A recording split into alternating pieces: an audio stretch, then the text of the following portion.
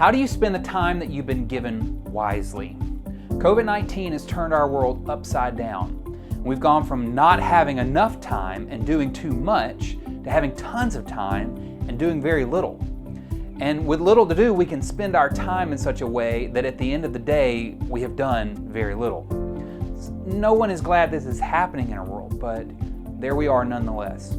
In J.R.R. Tolkien's book, The Lord of the Rings, Frodo and Gandalf have this powerful conversation.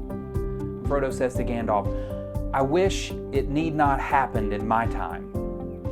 And Gandalf says, "So do I, and so do all who live to see such times." But that is not for them to decide. All we have to decide is what to do with the time given us.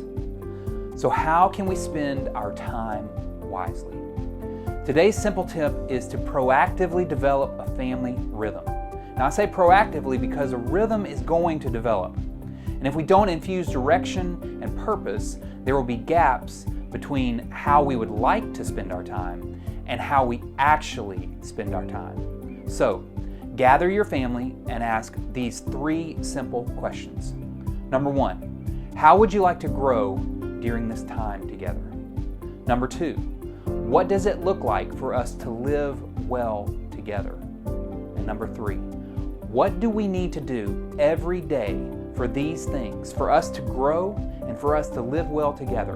What do we need to do every day for these things to happen? And here are a few things I would like to suggest to you for you to consider when developing your daily rhythm. First, household responsibilities. Who's responsible for doing what? 2, establish times that you go to bed and times that you wake up. 3, think about ways that your days can be formed in terms of blocks, a morning, and an afternoon, and an evening block. Now, everyone is feeling the same tension. And when we lead our families with intentionality and spend our days wisely, we will be different from those around us. So the question is, how as Christians can we live differently to give witness to God? How can we use this time to be light and salt?